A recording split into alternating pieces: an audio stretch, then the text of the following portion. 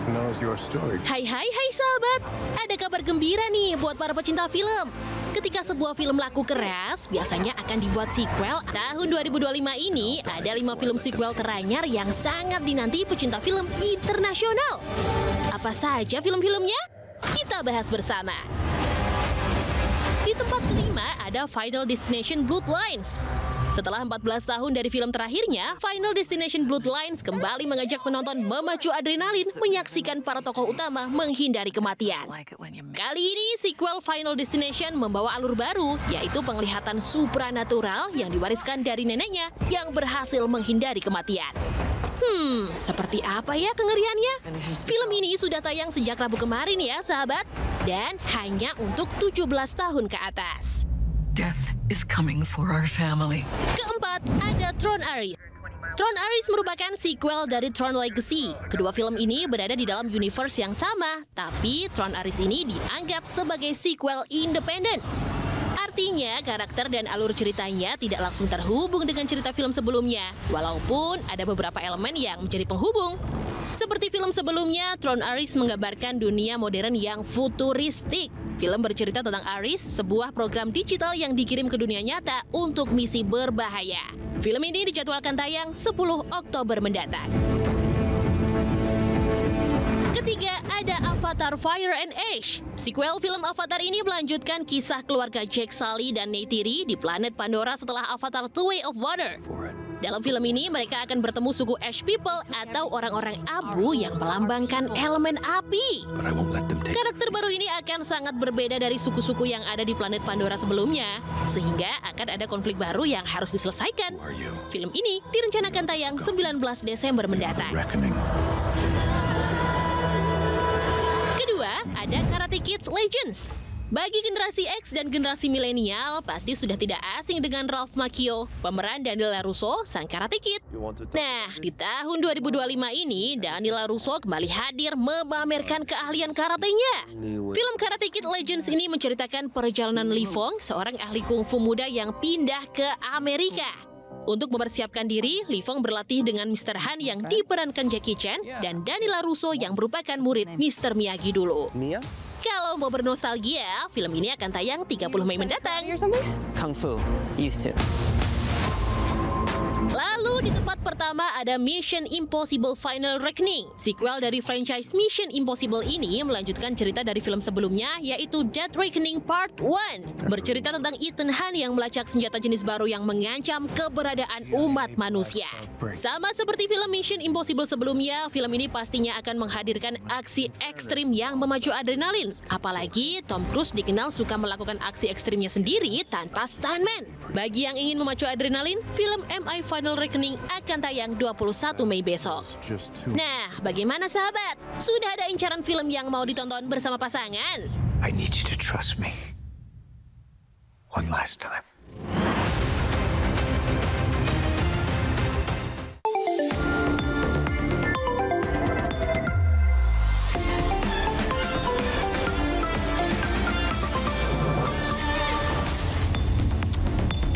Halo, selamat TV. Berjumpa lagi di Lensa Indonesia Malam. Bersama saya Pramadika Samudra. Dan saya Ezra Adianto. Wah, tadi filmnya keren-keren banget, Zra. Ini kalau Ezra, kira-kira apa nih yang paling dinantikan gitu? Kalau gue paling nunggu Mission Impossible sih. Wah, sama dong. Karena itu menegangkan, dan ini promonya tuh gila-gilaan kan.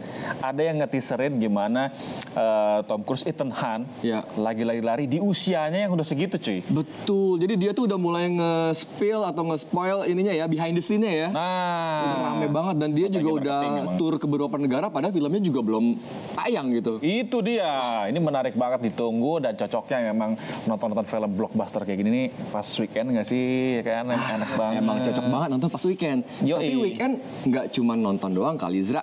Oh iya dong. Weekend enaknya selain nonton, ya kalau ada yang budget yang lumayan oke gitu ya, jalan-jalan lah. Betul banget tuh. Nah, kita mau kemana nih? Ini ada referensi tempat liburan yang asik nih. Ini di Klaten, Jawa Tengah. Ini ada namanya Umbul Besuki. Tempat apa tuh? Nih, lengkap nih cuy. Di sini bisa ada pemandian umumnya, bisa berkemah juga. View-nya juga oke banget. Buat keluarga recommended. Wah, kira-kira harganya gimana nih, Zra? Nah, itu kan. Kita lihat deh.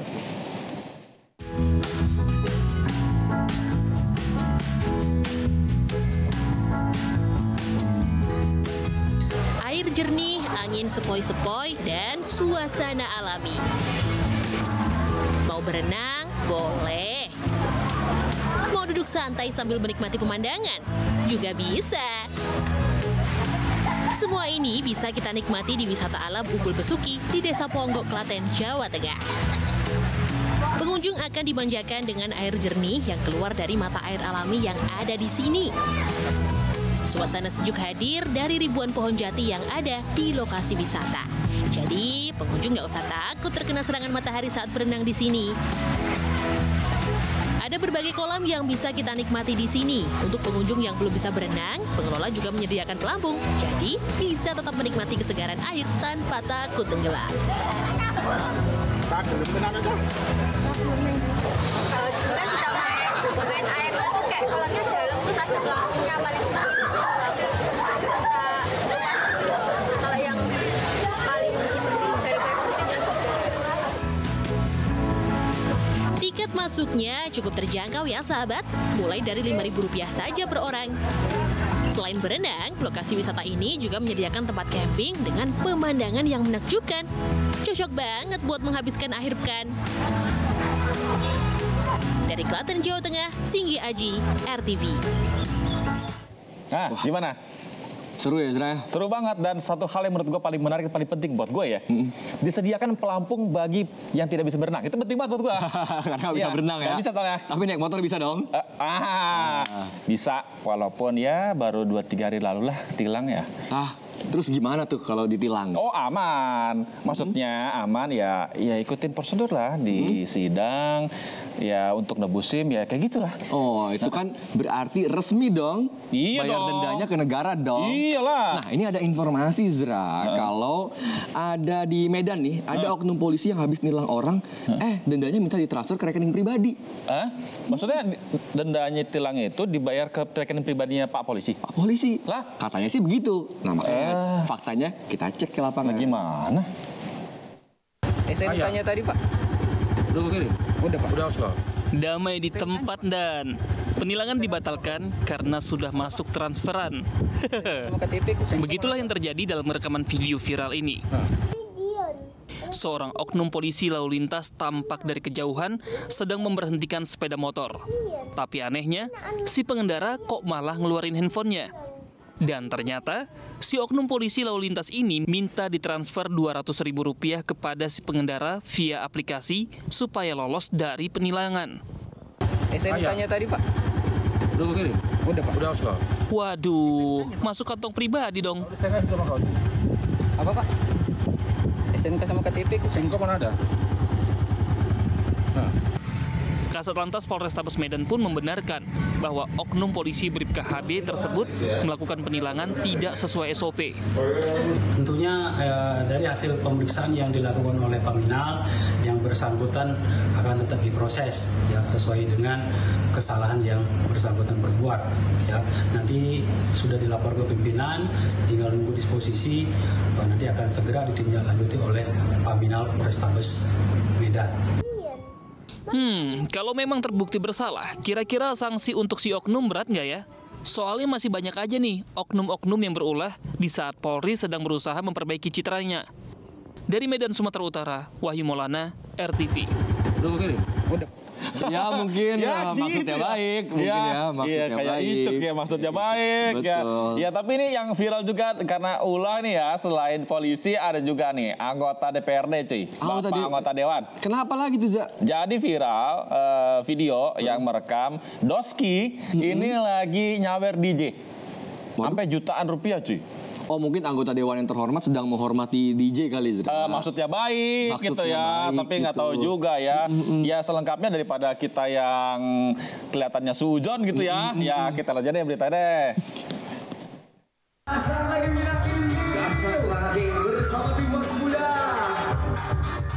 Tebar terus duitnya bang.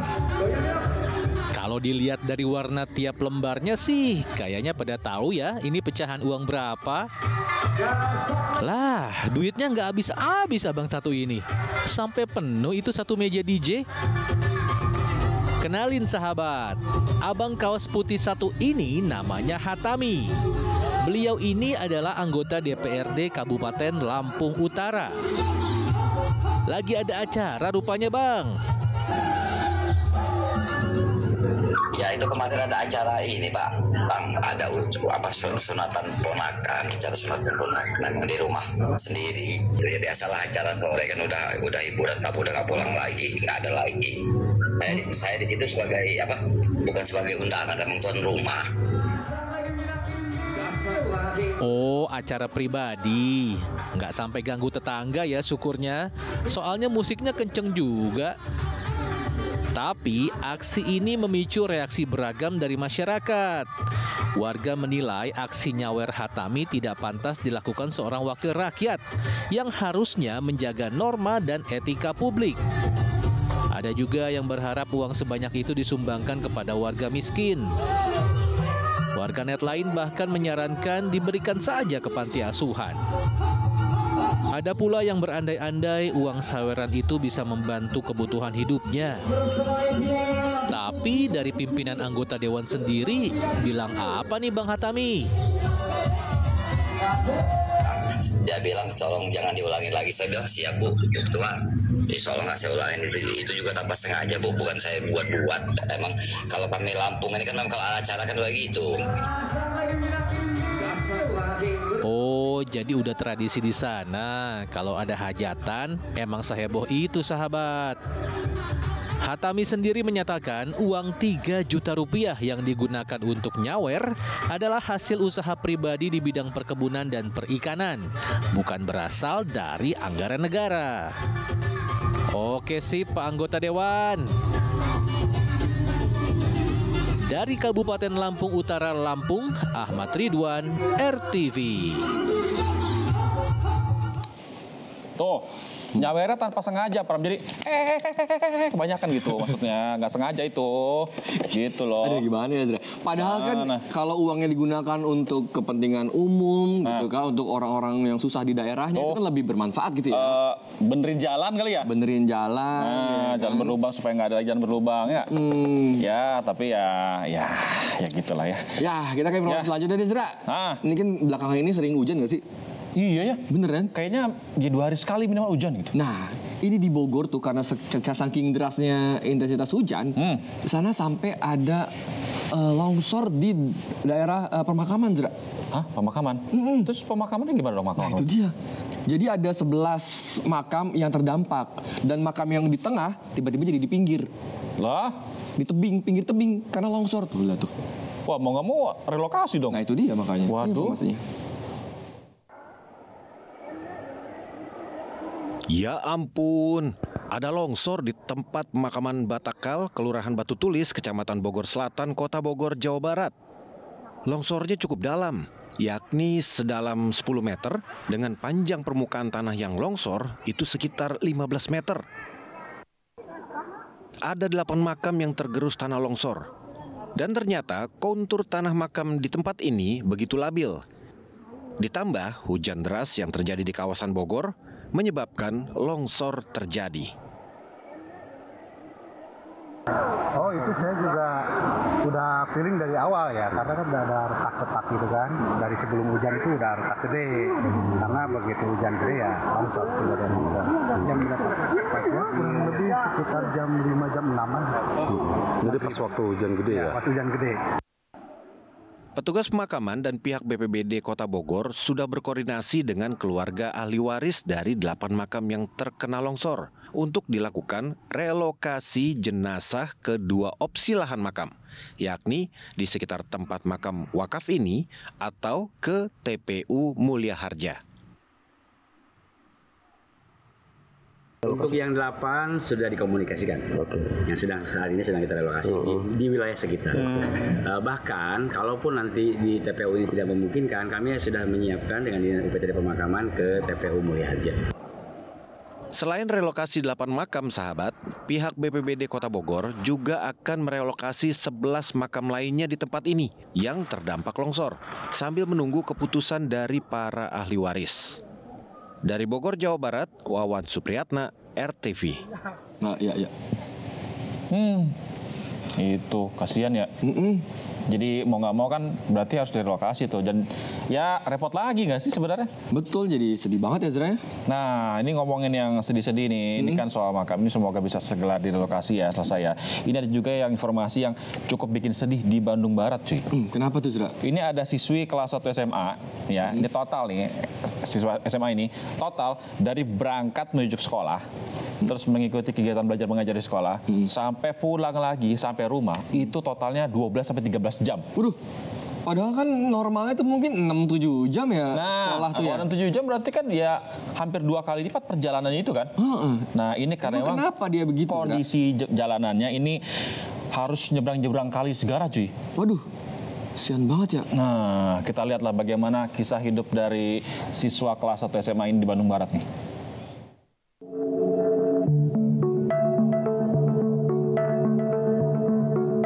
Sahabat, kenalkan, namanya Nera Nur Puspita. Usia 16 tahun. Siswi kelas 10 SMA Negeri 1 Saguling, Kabupaten Bandung Barat, Jawa Barat. Tinggalnya di Kampung Cipendei, Desa Jati, Kabupaten Bandung Barat. Nah, sahabat, Nera ini siswa yang gigih loh. Nggak percaya? Yuk, kita ikutin perjalanan dia ke sekolah. Keluar dari rumah, Nera harus melintasi hutan dan kebun. Di tengah perjalanan, Nera berhenti sebentar karena mau pamitan sama neneknya. Oke, setelah melintasi hutan dan kebun, Nera naik rakit, nyebrangin sungai atau waduk Saguling. Jadi, dia masih perjalanan ke sekolah, sahabat. Sampai di seberang, Nera masih harus lanjut jalan kaki. Kali ini, Nera melintasi tanah berbukit dan areal sawah. Dan akhirnya, Nera sampai juga di sekolah. Lebih kurang, jarak tempuh perjalanan Nera ini adalah 3 km. Nah, Hera, apa yang kamu hadapi selama jalan kaki yang jauh banget jaraknya itu? Dari rumah ke sekolah tuh gimana sih sebetulnya? Jalannya jauh, dan kalau misalnya hujan, jalannya Biasanya berangkat sekolah jam berapa nih? Jam 5? kadang jam 4. 6. Sahabat dengar sendiri, dia harus berangkat paling cepat jam 5 pagi. Berarti dia harus bangun jam berapa? Astaga nak, hebat nian dirimu. Belum sampai di situ sahabat, itu baru bicara pergi sekolah. Bagaimana dengan pulangnya? Biasanya kalau nggak ada kendala setengah 6, kadang jam 5 juga udah nyampe. Kalau nggak ada kegiatan di sekolah gitu. Kalau misalnya ada kendala ya kadang jam 6 baru pulang. Berarti itu juga kalau disusulin sama ibu gitu. Udah agak gelap berarti Bu ya? Kasihan. Pergi paling cepat jam 5 pagi, pulang paling telat jam 6 sore. Astaga, Nera menghabiskan waktunya 12 hingga 13 jam setiap harinya di luar rumah. Ya, beginilah. Bagi Nera, mengenyam pendidikan itu jauh dan melelahkan. Lantaran tidak ada jembatan penyeberangan, tidak ada sarana angkutan umum, dan tidak ada fasilitas pendidikan terdekat. Nera terpaksa harus menjalani aktivitas yang cukup keras. Semangat ya nak. Semoga kendala kamu dilihat bapak-bapak yang ada di pemerintah Kabupaten Bandung Barat. Dari Kabupaten Bandung Barat, Jawa Barat, Bayu Rohman, RTV.